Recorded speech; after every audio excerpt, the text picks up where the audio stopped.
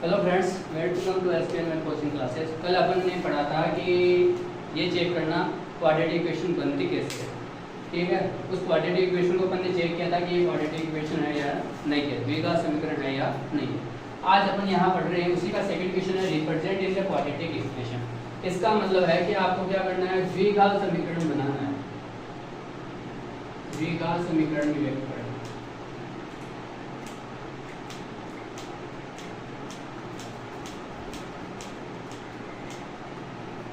यहाँ पे कुछ आपके पास प्रॉब्लम्स लिखी हुई है, क्वेश्चन लिखे हुए हैं, इनको आपको क्या बनाना है, द्विघात समीकरण बनाना है। तो पहला लिखा हुआ है area of rectangular plot is 500 metre square. यहाँ आपके पास एरिया दिया हुआ है किसका, रेक्टेंगुलर प्लॉट का, जिसको हिंदी में अपन कहते हैं आयताकार भूखंड का क्षेत्रफल। ठीक है ना। तो यहाँ पे अपन इसको स्टार्ट करेंगे सोल्व करना। तो फर्स्ट अपने पास सोल्यूशन में क्या राइट करोगे, given data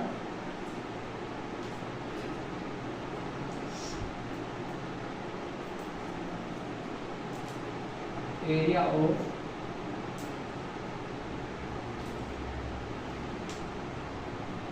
rectangular plot equal कितना है, 528 मीटर स्क्वायर। ये अपने पास दिया हुआ है। The length of plot is 1 more than the twice its width. कि यहाँ पे आपको बोला है कि द लेंथ मतलब इसकी जो लंबाई है प्लॉट की 1 मोर, एक अधिक है। 1 मोर का मतलब क्या हो गया, एक अधिक। ठीक है ना। Then the twice of its width, कि इसकी विड्थ को अगर अपन डबल कर दे तो उस डबल से भी क्या है, 1 मोर है, कौन, लेंथ। ठीक है ना। तो अपन यहाँ लेंथ को कंसीडर, ये विड्थ को कंसीडर करेंगे। Late us consider the width of rectangular plot equal क्या होगा अपने पास, यहाँ पे मैंने इसको कंसीडर लिया x। तो अगर according to personal, according to question देखोगे आप लोग, तो बोला है विड्थ क्या है, विड्थ का ट्वाइस कर दो। ट्वाइस का मतलब क्या हो गया, 2 टाइम, 2 से मल्टीप्लाई करना। ठीक है। 2 से मल्टीप्लाई करने के बाद क्या है, 1 मोर। 1 मोर का मतलब क्या है, प्लस हो जाएगा 1। तो आपको दिख रहा है यहाँ पे कि विड्थ को 2 से मल्टीप्लाई करके क्या करना है, 1 प्लस से करना है। तो length of rectangular plot equal क्या होगा, x, इसको किससे मल्टीप्लाई करोगे, 2 से, क्योंकि बोला है width is the twice, width क्या है, ट्वाइस है। ठीक है ना। और क्या है, 1 मोर है, तो मतलब प्लस 1। ये अपने पास क्या हो गया, लेंथ आ गई। अब आप लोगों को पता है रेक्टेंगुलर प्लॉट का एरिया क्या होता है, area of rectangular plot, area of rectangular plot, area का फॉर्मूला क्या होता है, length into width, length into width. अगर एरिया आपके पास गिवन है कितना है, 528 मीटर स्क्वायर। लेंथ आपके पास क्या थी, मैंने कंसीडर की हुई है, क्या है, 2x + 1, और विड्थ क्या है, x। जब आप लोग इसको मल्टीप्लाई करोगे तो क्या आ जाएगा अपने पास, 528 मीटर स्क्वायर इक्वल क्या होगा, 2x स्क्वायर प्लस x। पहले x को किससे मल्टीप्लाई करोगे, 2x से, तो 2 ऐसा का ऐसा, x को x से मल्टीप्लाई करोगे क्या आएगा, x स्क्वायर, 1 को x से मल्टीप्लाई करोगे क्या आएगा, x। तो आपके पास जो फाइनल इक्वेशन बन गई वो क्या होगा, 2x square plus x minus 528 equal क्या हो गया, 0। क्यों लिखा है अपने ऐसा, इसको मैंने इधर ट्रांसफर किया RHS में, RHS में ट्रांसफर किया है। RHS को ट्रांसफर करने के बाद आप LHS और RHS को आपस में एक्सचेंज करोगे तो वैल्यू में कोई चेंज नहीं होता। अपन ने ऐसा क्यों लिखा है, क्योंकि कल अपन ने पढ़ा था ये फॉर्म कैसे होती थी, ax square plus bx plus c equal to 0। तो इसी फॉर्म में आपको लिखना। ये आपका क्या हो गया, फर्स्ट क्वेश्चन। अब देखो बेटा, हिंदी मीडियम के जो बच्चे हैं वो सामने देख लेगा कि रेक्टेंगुलर प्लॉट लिखा हुआ मतलब आयताकार भूखंड का जो क्षेत्रफल है वो कितना है, 528 मीटर स्क्वायर है। तो यहाँ पे लिखेंगे क्या, आयताकार भूखंड का क्षेत्रफल कितना है 528 मीटर स्क्वायर। ठीक है, उसके बाद बोला है इसकी जो लंबाई है वो चौड़ाई के 2 गुने से 1 अधिक है। हिंदी में ये ऐसा लिखा हुआ है लंबाई है वो चौड़ाई के 2 गुने से 1 अधिक। ठीक है ना, तो लंबाई है वो चौड़ाई के 2 गुने से क्या है 1 अधिक है। तो यहाँ पे इस चौड़ाई को अपन क्या मान लेंगे अक्ष मान लेंगे। ठीक है ना, तो माना ये जो लाइन है ना बेटा, ये मैंने खाली हिंदी में लिख के बताया है कि क्या लिखा हुआ है इसका मतलब। तो माना आयताकार भूखंड की चौड़ाई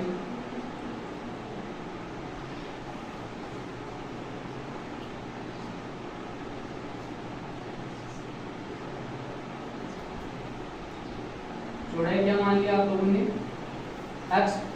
अगर लंबाई की बात करूं तो आयताकार भूखंड की लंबाई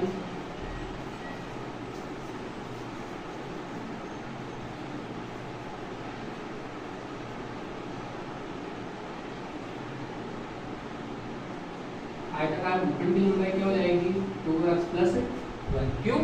चौड़ाई के 2 गुने। ये जो चौड़ाई थी इसको किससे गुना कर दिया 2 गुना, उससे 1 अधिक मतलब प्लस में कितना कर दिया 1। तो ये क्या होगी चौड़ाई हो गई और ये क्या होगी लंबाई। अब आप लोगों को पता है आयत का क्षेत्रफल क्या होता है, आयताकार भूखंड का क्षेत्रफल।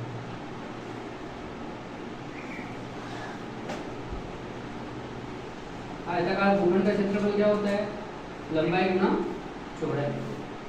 क्षेत्रफल आपके पास दिया हुआ है कितना 528 मीटर स्क्वायर।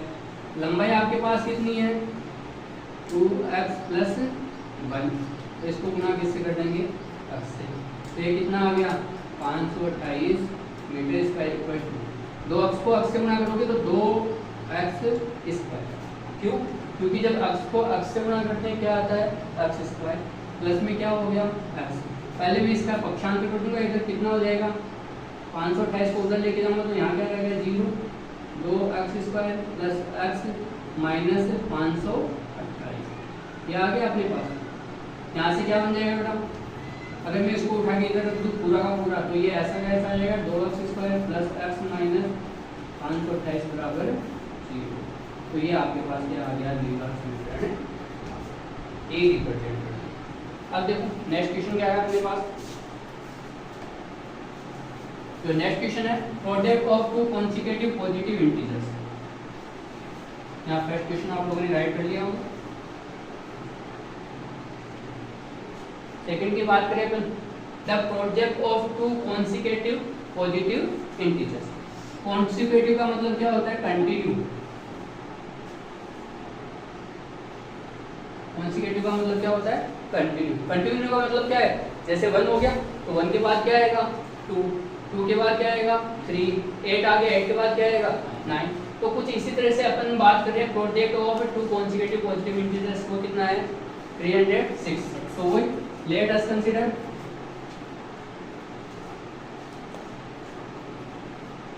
फर्स्ट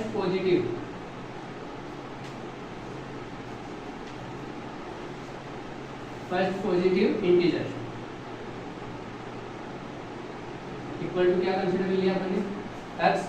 ठीक है, तो सेकंड पॉजिटिव इंटीजर क्या होगा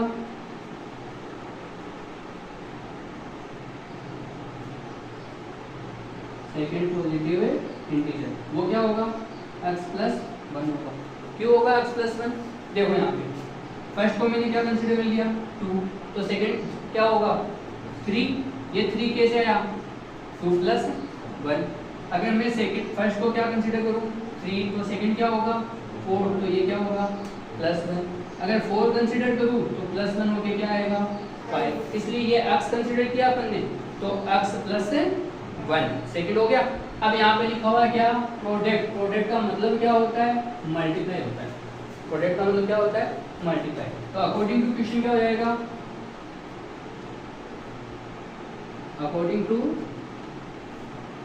क्वेश्चन की बात करें अपन तो अकॉर्डिंग टू क्वेश्चन क्या होगा यहाँ पे कि x को किससे मल्टीप्लाई करोगे, x प्लस 1 से, तो आपके पास क्या आएगा 306, क्योंकि ये तो बोला है product of two consecutive integers कि x को x प्लस 1 से मल्टीप्लाई करोगे कितना आ गया 306।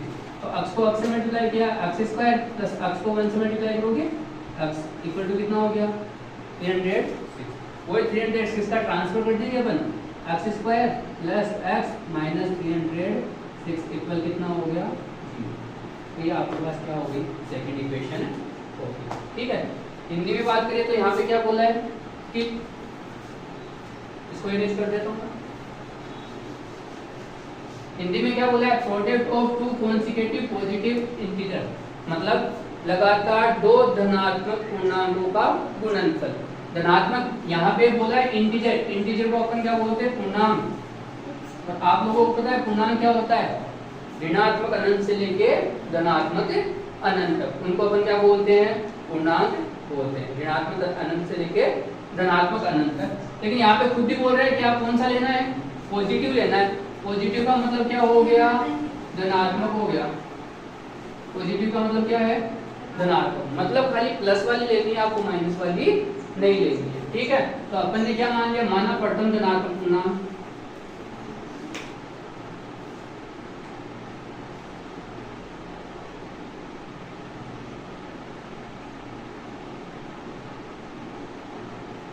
माना प्रथम धनात्मक पूर्णांक क्या मान लिया अपन ने x। ठीक है, तो द्वितीय धनात्मक पूर्णांक क्या होगा,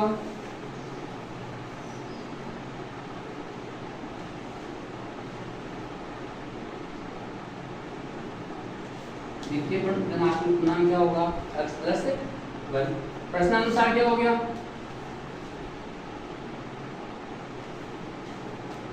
दोनों का गुणनफल दिया है, मतलब x को किससे गुणा करोगे x प्लस 1 से, तो कितना हो जाएगा 306। तो ये क्या हो जाएगा x स्क्वायर प्लस x को 1 से मल्टीप्लाई करोगे तो x प्लस माइनस कितना हो गया 306 बराबर क्या आ गया 0। तो ये आपके पास क्या होगी, दूसरा समीकरण बन गया। ठीक है, बात करें तीसरे क्वेश्चन की, तो तीसरा क्वेश्चन क्या है अपने पास, ये राइट कर लिया होगा आप लोगों ने। तीसरा क्वेश्चन क्या है अपने पास, तीसरा क्वेश्चन है Rohan's mother age is 26 year old then the Rohan.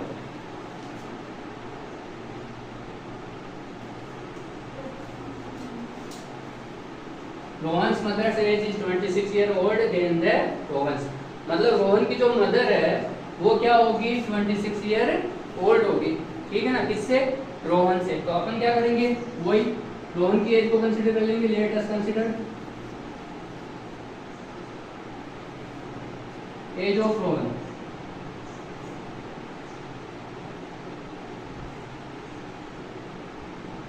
Age of Rohan अपन ने क्या कंसीडर कर लिया, x से कंसीडर कर लिया।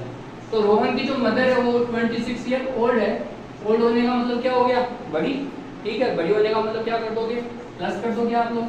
तो age of Rohan's mother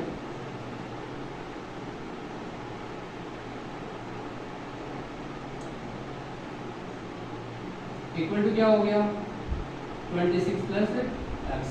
x में कितना ऐड हो जाएगा 26 प्लस हो जाएगा। ठीक है ना, अब ये क्या बात कर रहा है, the product of year age 3 year from now, कि अब से 3 साल बाद, कि अब से 3 साल बाद। तो अगर मैं 3 साल बाद की बात करूं, आफ्टर 3 इयर्स की अगर मैं बात कर रहा हूं, तो फॉर एग्जाम्पल अगर मान लो किसी बच्चे की एज है कितनी 17 इयर्स, तो आफ्टर 3 ईयर क्या हो जाएगा 20 ईयर। मतलब यहाँ क्या करना पड़ेगा, प्लस करना पड़ेगा। बच्चे यहाँ पे गलती करते हैं, इसको 3x राइट कर देते हैं। अरे 3 गुना थोड़ी हो रही है, कोई बच्चा 10 साल का है, 3 साल बाद में वो 30 साल का थोड़ी होगा, होने वाला है क्या, नहीं है। तो ये गलती मत करना बेटा कि यहाँ पे 3 से मल्टीप्लाई मत करना, आपको क्या करना है 3 प्लस से करना है। ठीक है ना, तो आफ्टर 3 ईयर, आफ्टर 3 ईयर बाद क्या होगा, age of Rohan, age of Rohan equal to क्या हो गया x plus 3 and age of mother, age of mother क्या होगी 26 प्लस x प्लस 3। 26 में अगर मैं 3 प्लस कर दूं तो कितना हो गया 29 प्लस x। अब क्या बोला क्वेश्चन में, प्रोडक्ट, प्रोडक्ट का मतलब मल्टीप्लाई, ठीक है ना। तो प्रोडक्ट अकॉर्डिंग टू क्वेश्चन क्या हो जाएगा,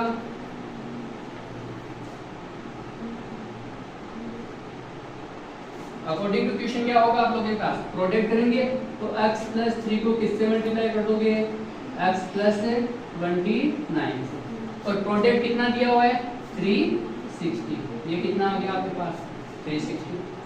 x को x से मल्टीप्लाई करोगे क्या आएगा x स्क्वायर, फिर इसी x को क्या करना है 29 से मल्टीप्लाई करना है, क्या आएगा 29x, प्लस 3 को x से मल्टीप्लाई करोगे तो कितना होगा 3x, प्लस 3 को 29 से मल्टीप्लाई करोगे कितना आएगा आपके पास 87, इक्वल टू क्या हो गया 360। ये दोनों प्लस हो जाएंगे, x square plus 29x plus 3x कितना हो गया 32x प्लस 87 माइनस 360 इक्वल 0।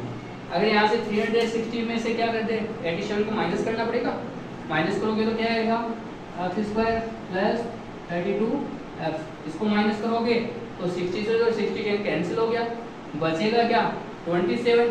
तो पहले 20 माइनस कर दो तो 280, 280 में से अगर 7 माइनस करो तो 273, तो यहाँ पे क्या आ गया माइनस 273 इक्वल क्या हो गया 0। ये आपके पास क्या आ गई थर्ड इक्वेशन, ठीक है। तो बेटा यहाँ से आप लोग ये इक्वेशन में यही समझा दूंगा आप लोगों को, मैं इसको क्या कर देता हूँ हिंदी में ट्रांसलेट कर देता हूँ कि ये क्या लिखा हुआ है अपने पास। यहाँ पे लिखा हुआ है कि अपन क्या करेंगे, रोहन की जो एज है उस रोहन की एज को क्या मानेंगे x मानेंगे, मतलब रोहन की आयु, रोहन की आयु, वो रोहन की आयु क्या मान लिया अपन ने x मान लिया। तो रोहन की माँ की आयु क्या हो जाएगी, रोहन की माँ की आयु,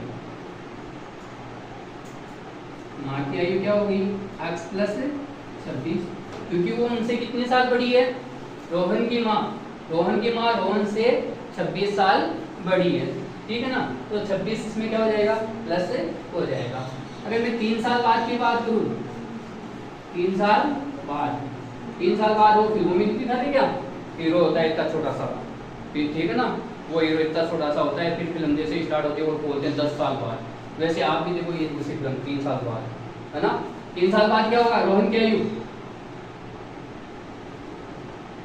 रोहन की आयु क्या हो जाएगी x प्लस 3। ये चीज मैंने भी आप लोगों को बताई है कि 17 के बाद 17 प्लस 3 कितना होगा 20 होगा, इसको 3 से गुणा मत कर देना गलती से कि 10 साल का बच्चा 3 साल के बाद में 30 का हो जाए, तो फिर वो अगले 3 साल के बाद भी तो 90 का हो जाएगा, वो सुलट जाएगा सीधा, ठीक है ना। तो इस चीज का ध्यान रखना, ये गलती मत करना, इसमें x प्लस 3 करना है। रोहन की माँ की आयु क्या होगी, रोहन की माँ की आयु, माँ की आयु क्या हो जाएगी 26 प्लस x प्लस 3, तो वो कितनी हो जाएगी 29 प्लस x। अब क्या बोला है प्रश्नानुसार, प्रश्नानुसार ये बोला है कि इनका गुणनफल, इनका गुणनफल कितना है 360 है, तो अपन इनको गुणा करेंगे x प्लस 3 को किससे x प्लस 29 से, तो वो किसके बराबर आ रहा है 360 के। तो x को x से गुणा कर दिया क्या आ गया x स्क्वायर, x को 29 से गुणा किया तो क्या आ गया 29x, 3 को x से गुणा किया तो क्या आ गया 3x, और 3 को 29 से गुणा किया तो कितना आ गया 87, बराबर कितना हो गया 360। x स्क्वायर ऐसा का ऐसा, 29 में 3 जोड़ोगे कितना हो गया 32x, प्लस ये 87 ऐसा का ऐसा था, इन चीज को 360 का अपन ने क्या कर दिया पक्षांतर कर दिया, क्या आ गया -360, बैठाओगे तो कितना आ जाएगा 273, और ये आपके पास क्या बन जाएगा समीकरण बन जाएगा। क्लियर है। अब देखो लास्ट वाला क्वेश्चन है, देखो यहाँ पे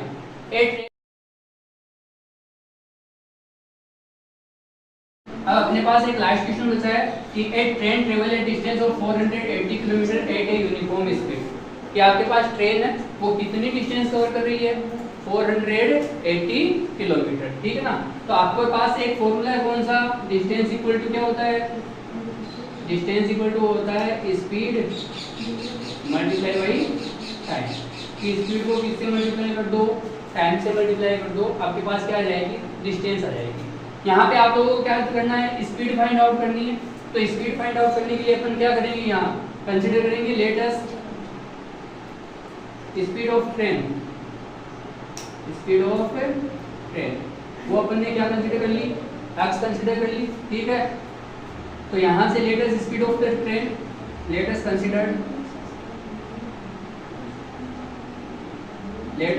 considered speed of the train, वो कितनी होगी, एक्स, ठीक है। Distance covered by the train,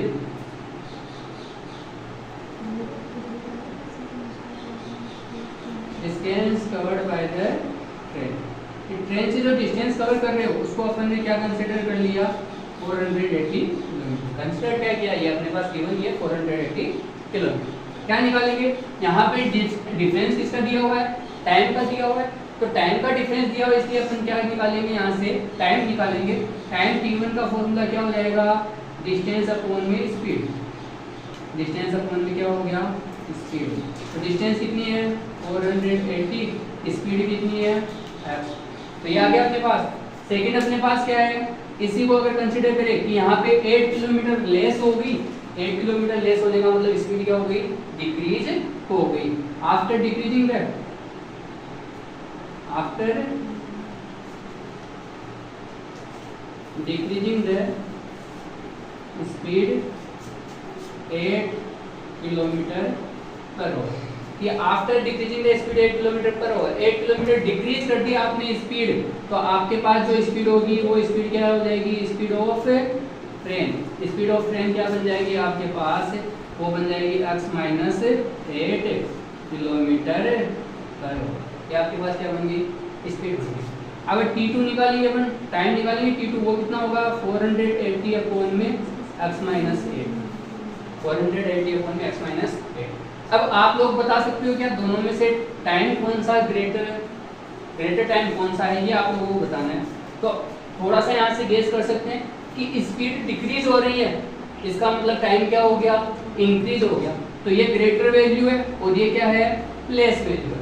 आप जब भी सब्ट्रैक्ट करते हो क्या करते हो, ग्रेटर में से स्मॉल माइनस करते हो। तो ग्रेटर कितना है t2, तो यहाँ पे फॉर्मूला क्या बन जाएगा, t2 minus t1 equal to कितना हो जाएगा 3, क्योंकि इनके बीच का जो डिफरेंस है वो कितना है 3 ओवर। तो यहाँ पे t2 minus t1 equal to 3 हो गया। t2 की वैल्यू क्या है अपने पास 480 अपॉन में x माइनस 8, माइनस कितना हो गया 480 अपॉन में x इक्वल टू कितना हो गया 3।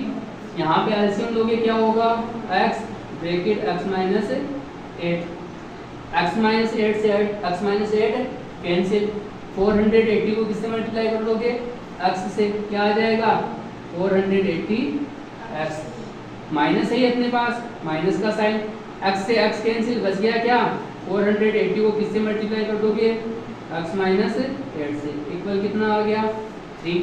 इसको सोल्व करेंगे तो कितना हो गया 480x माइनस 480x माइनस, इसको मल्टीप्लाई करोगे तो कितना हो गया 0, 64, 32 प्लस 6 38 अपॉन में क्या हो गया x bracket x minus 8 equal 3। ये आ गया अपने पास। यहाँ से इसको क्या कर देंगे 480 से 480 कैंसिल, ये आपका क्या हो जाएगा क्रॉस मल्टीप्लाई, क्रॉस मल्टीप्लाई करोगे तो यहाँ से क्या रह गया माइनस 3840 इक्वल क्या होगा 3 को x से मल्टीप्लाई कर दोगे क्या हो गया 3x ब्रैकेट में क्या होगा x माइनस 8, तो ये कितना हो गया माइनस 3840 इक्वल कितना हो गया 3x स्क्वायर माइनस 24x। अपन इनका ट्रांसफर करेंगे तो ट्रांसफर करने पर क्या हो जाएगा, इस साइड 0 हो जाएगा, यहाँ क्या आएगा 3x square minus 24x minus 3840। और अगर मैं इनको चेंज करके लिखूँ, इंटरचेंज करूँ तो 3x square minus 24x, sorry ये प्लस का, प्लस 3840 इक्वल क्या हो गया 0। तो ये फाइनल इक्वेशन अपने पास आ गया। तो दोस्तों इसी के साथ चैप्टर नंबर 4 कंप्लीट हो गया। Thank you for watching. अगर वीडियो पसंद आए तो लाइक कीजिए एंड सब्सक्राइब कीजिए। धन्यवाद।